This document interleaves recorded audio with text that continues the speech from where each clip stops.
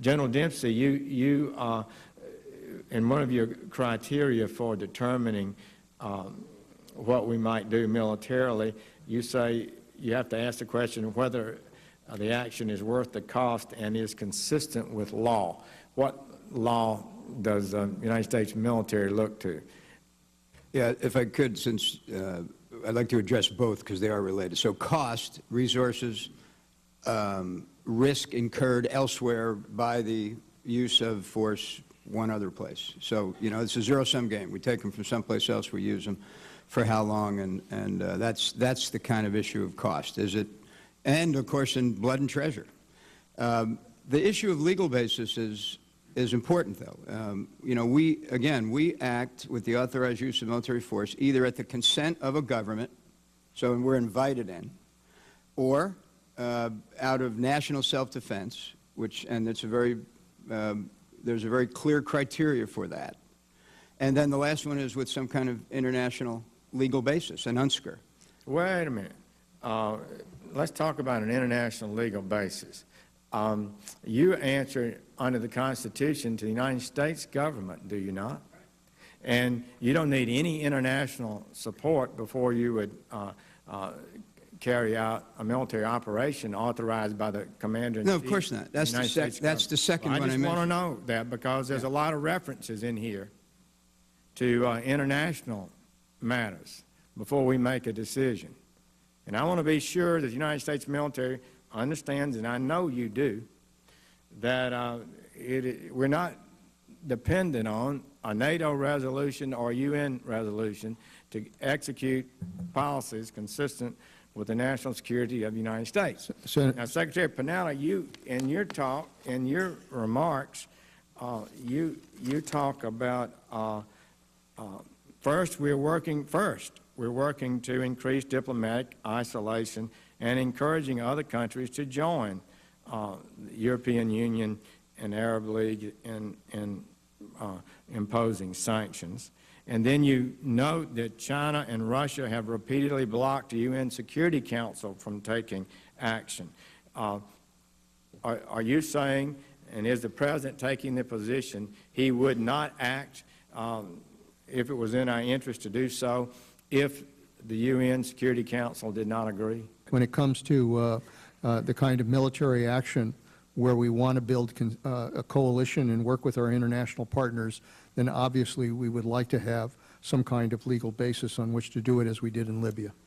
Now, some sort of legal basis. We worried about international legal basis, but nobody worried about the fundamental constitutional legal basis that this Congress has over war.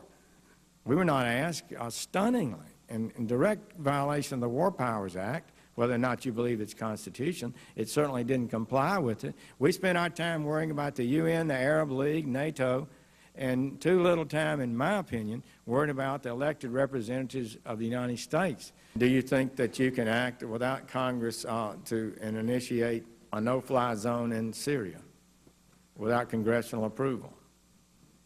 You know, again, our goal would be to seek international permission, and we would come to the Congress and inform you and determine how best to approach this, whether or not we would want to get permission from the Congress. I think those are issues we would have to discuss as we decide what to do here. Well, I'm almost breathless about that, because what I heard you say is we're going to seek international approval, and then we'll come and tell the Congress what we might do, and we might seek congressional approval. No, well, I want to just say to you, that's a big dish. Wouldn't you agree? You've served in the Congress. Yeah. Wouldn't you agree that that's would be pretty breathtaking to the average American? So would you like to clarify that? But I've also served with Republican presidents and Democratic presidents who has always reserved the right to defend this country if necessary. But before we do this, you would seek permission of the international authorities. If we're working with an international coalition and we're working with NATO, we would want to be able to get appropriate permissions in order to be able to do that. That's something that all of these countries would want to have some kind of legal basis on which to act. What legal basis are you looking for? What entity? Well, obviously, if NATO made the decision to go in, that would be one. If we developed an international coalition beyond NATO, then obviously some kind of UN security resolution would be the basis for a that. coalition of, so you're saying NATO would give you a legal basis, and an ad hoc coalition of nations would provide a legal basis? If we were able to put together a coalition and were able to move together, then obviously we would seek whatever legal basis we would need in order to make that justified. I mean, we can't just pull them all together in a combat operation without getting the legal basis on which to act. Who are you asking for the legal basis from? If it's obviously, if the UN passed a security resolution as it did in Libya, we would do that. If NATO came together as we did in Bosnia, we would rely on that. So, we have options here if we want to build the kind of international approach to dealing with the situation. Well, I'm for having an international support, but I'm really baffled by the idea that somehow an international assembly provides a legal basis for the United States military to be deployed in combat. I don't believe it's close to being correct. They can provide no legal authority. The only legal authority that's required to deploy the United States military is the Congress and the President and the law and the Constitution. Let me just for the record be clear again, Senator, so there's no misunderstanding. When it comes to the national defense of this country, the President of the United States has the authority under the Constitution to act to defend this country, and we will.